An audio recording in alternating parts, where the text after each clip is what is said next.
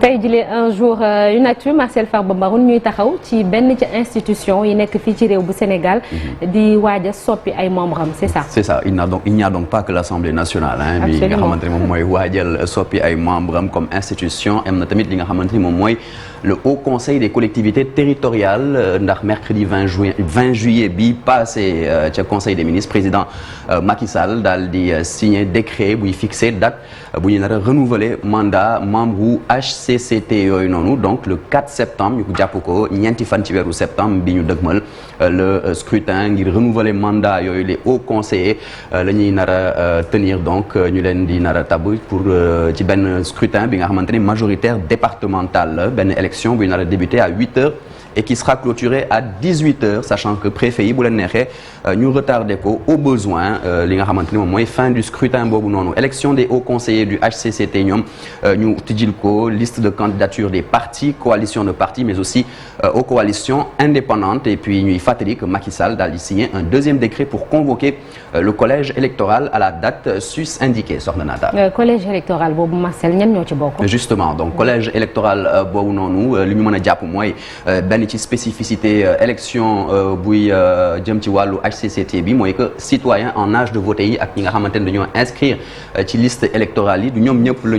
ñu woo ci urne yi ngir ñu voter seuls les conseillers départementaux et municipaux ñi nga xamante ne dañ leen faloon à l'occasion élection départementale municipale yi fi amoon weeru janvier 2022 bi ñoom rek ñoom ñooy nar a nekk électeur donc gannaaw particularité yooyu noonu élection membre HCCT di obéir au même système organisationnel que celui des élections générales à savoir la présidentielle législative départementale wala municipale ainsi que le référendum ci wàllu disposition légale ak réglementaire ñuy fàttali que ginnaaw yooyu les étapes donc dépôt des listes de candidature à la DGE donc direction générale des élections moom moo ci nar a topp sans oublier la vérification ak validation candidature par le ministère de l'Intérieur comme ni ñu koy defee ci yeneen élections yëpp et puis la campagne électorale bi nar a durer une semaine avant donc le scrutin prévu le 4 septembre soxna Naata. léegi HCCT boobu Marcel ñan ñoo ko seq. voilà ñi ko seq soxna Naata mooy déjà ñu xool lan mooy HCCT mu di benn assemblée consultative bi nga xamante ne rek day mottali architecture institutionnelle ngir fexe ba accompagner gunge processus développement des territoires muy intervenir opportunément dans la formation d'avis donc ay yi nga xamante ne day refléter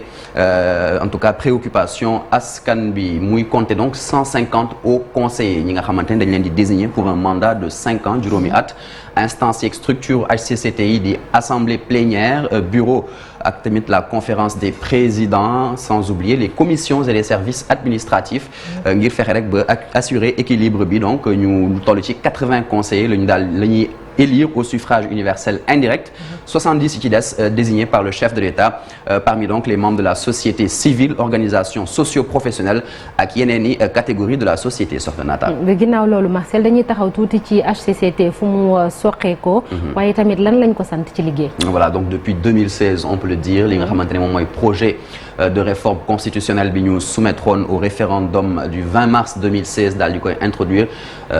bokkoon ci fukk ak juróomi poñ yi ñu ci doon lim mu nekkoon li nga xamante ne mooy innovation dans la gouvernance locale ak développement li nga xamante ne moom mooy territorial donc développement du territoire donc HCCT ñu daal koy institué par la loi numéro 2016-10 du 5 avril 2016 donc portant révision de la Constitution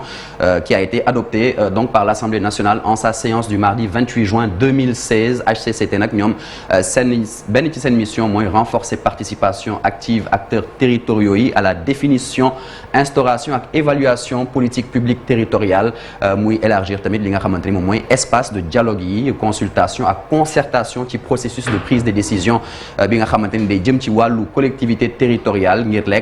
rek mën a fexe ba gën a mën a dugal citoyens yi ci li nga xamante ni moom mooy identification seen i besoins ak priorité ak conception sans oublier tamit mise en œuvre des politiques de décentralisation soxna Naata. ginnaaw li ñu leen sant léegi dañuy jeex jeexalee Marcel ak ñi mës a jiite HCCT bañ ko taxawalee. C'est ça, une jeune institution naturellement avec peu de présidents depuis son instauration ñaar donc lañ daal di gis ne en l'espace de 6 ans ñoom ñoo jot nekk président HCCT 2 caciques du parti socialiste ku ci njëkk doon feu Ousmane Tanor Dieng nekkoon fi secrétaire général parti socialiste nekkoon fi tamit ministre d'État entre autres gannaaw ba mu daal di wuy ji boromam en juillet 2019 kii di Aminata Mbengue Ndiaye nekk l'actuel secrétaire général du parti socialiste daal di koy wuutu gannaaw ba ko président Macky Sall daal di nommé donc HCCT nekk benn ci institution les plus controversées de la République ndaxte ñi nga xamante ni ñoom ñoo koy joxoñ baaraamu tuuma ñoom gisuñ ci benn intérêt ni utilité sinon un site de recasement noonu lañu ko tuddee de personnel politique bu ñu sukkandikoo d'ailleurs ci Pape Diop nekk tête de liste coalition bokk gis-gis liggéey nee na dañu war a rek supprimer li nga xamante ni moom mooy HCCT ak conseil économique social environnemental nee na HCCT nag fii ci Sénégal rek la ñu gis ne dafa exister te gisul ne daal c'est nécessaire ci bile réew depuis qu'il a été créé personne ne peut citer ses contributions à la démocratie wala bokk ci li nga xamante ne moom mooy doxalinu réewu Sénégal soxna Naata. jërëjëf Marcel en revanche li mu bëgg mooy bicamérisme ñëwaat maanaam ñu indiwaat Sénat. Pape Diop c'est quand même paradoxal. Ouais, merci beaucoup Marcel ci précision yooyu noonu ci HCCT léegi dañuy soobu ci beneen ponk muy de quoi est-il le nom.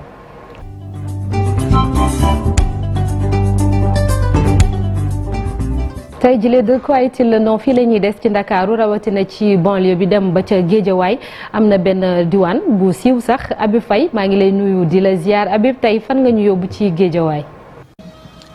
soxna Fati maa ngi lay fay bu baax a baax Sam Notaire ci diwaanu Géejawaay la ne moom lañ fas yéene xam leen teg askan wi jamono ji fii la ñuy ne ndax tamit taarixu réew mi niru na lu yaatu askan wi ñu ci bëri. am na ñu ko war a mën a xam noonu la ñuy def rek dugg ci ñoom laaj leen lan la ñu xam ci Sam Notaire ñëwaat.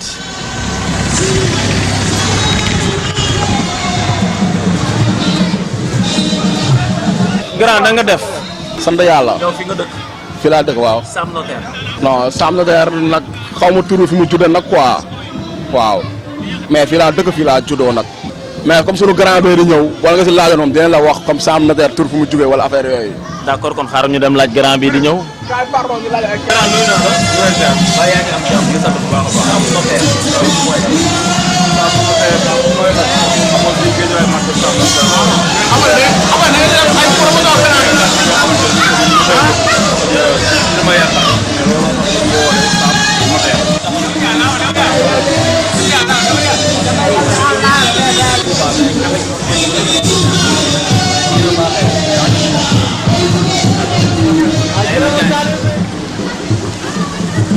dégg nañ askan wi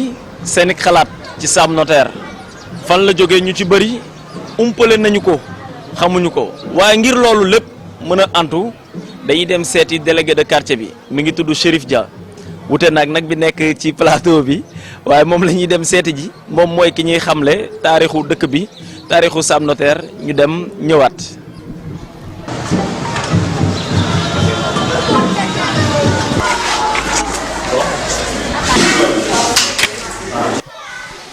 mu mel ni yegsi nañ sax ci kër gi moom sax mooy ki ñu gàttandu ni salaamaaleykum. waaleykum salaam. Chérif ñu ngi lay ziar. waaw ñoo lay delloo ziar. yegsi nañ. jërë ngeen jëf. ñëw leen. Chérif li ñu bëgg xam moo di taarixu Sam Notaire. fii quartier bi mu ngi tudd Sam Guédiawaye donc too déggee bu baax Sam la Sam Guédiawaye mais ñaari quartier la dafa am Sam ak Notaire moom commune bi mu ngi tudd Sam Notaire donc Sam Notaire ñoo ko créé en 1996 soo xoolee en 1996 il y a la loi sur la décentralisation moo l'acte 2 de la décentralisation tu la tasee Guédiawaye en 5 communes. jërëjëf Chérif. waaw jërëjëf Habib ñoo lay sant si ñëw bi. nga nuyuwaale sa mbokk Chérif Dia mi nekk ci télé bi. waaw Chérif waaw moom ñu bari na damay jaawale moom parce que des fois si Facebook bi may dégg ñuy wax ay Chérif mais moom tu baax la man tey gërëm du ta sant du ta suivre na sa fois maa leen di suivre man des fois dinaa tardé liggéey tax à cause de ñoom parce que émission bu am solo la maa ngi leen di sant bu baax waa TFM di leen sant di leen wax na ne dina góorgóorlu waaw merci Habib jërëjëf xool ko muy xoggaliku moom Chérif Dia yow nduroo wóole ndax Chérif bi ñu wane ci télé bi moom macha allah am na xam-xam tekki teey na yaru na uteeg beneen Chérif bi ñu gis fii nag waaw wax dëgg yàlla. am Chérif rek la mu doon tudd. moom daal moom macha allah uteeg bi ñu xam. Chérif Dia boo gisee ni xoggalikoo ci plateau bi xam naa di wut bës yow di kii aywa Chérif xamoon nga Sam Notaire tur bi fi mu jógee mu nekk benn commune bu nekk ci Guédiawaye département Guédiawaye ni ko Abib Faye waxee léegi. waaw 5 Guédiawaye 5 communes la yor Sam Notaire bokk na ci Njaareem Limamoulaye Wakhinane Nimzatt am na également Golf Sud donc muy loo xamante ni gis nga ko je pense que quartier la boo xamante tamit bu am solo la fa li nga xamante ni kon moom mooy ci Sam Notaire donc li mu ci expliquer sax après moom Chérif ça nous permet quand même de mieux connaître le quartier bi voilà ci quartier bi nga xamante ni gis nañ maire bu jigéen moo ko jiite ab soxna donc muy Aminata Kanté bokk ci coalition Yewwi Askan Wi waaw jege Malick Gakou donc quartier la bu rëy ci Guédiawaye. macha allah merci beaucoup Chérif yow nag Fatou Kiné xamoon nga quartier bi. Sam Notaire dégg da laa ci am. dégg waaw dégg laa ci am tamit tout en sachant que activité économique yi ñuy faral di fa gis ci wàllu informel la donc muy encore une fois un petit appel aux autorités rek ngir gestu ñi nga xamante ne foofu lañ nekk comme ni ñu gisee. mooy ndaw ñi waaw ndaw yi ci ay jaay. café Touba bi ni mel dañuy faral di nekk donc bu ñu leen mënul wutal xëy tamit ñu jéem a réguler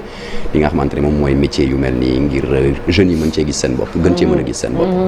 bul xeeb jaayum café Touba bi Marcel de. si moom laay wax moo tax ma ne ñu réguler ko c'est ça moo tax ma ne ñu Chérif mu am fit mi sax dégg naa buntu këram daaj na fa benn moom lu ne lay def. daawoon ko defee dama daan jaayal sama yaay café Touba. gis nga wax naa leen ko def na lépp Chérif mii. de quoi est-il le nom bi moom lañ ko war a def. de quoi est-il le nom Chérif lañ ko war a def incha allah di ngeen ko am bu soobee yàlla merci beaucoup Marcel na ko fàttali damay bañ mu mujjee xeex ñuy àtte 7h40 jot na dañuy ñëw Chérif ba tamit Chérif ban dóor fan ko dóoree kan ma tuddee fa la dëkk muy ndogoon Daaru Salaam na dem jéggalu ji balaa ñu leen di sot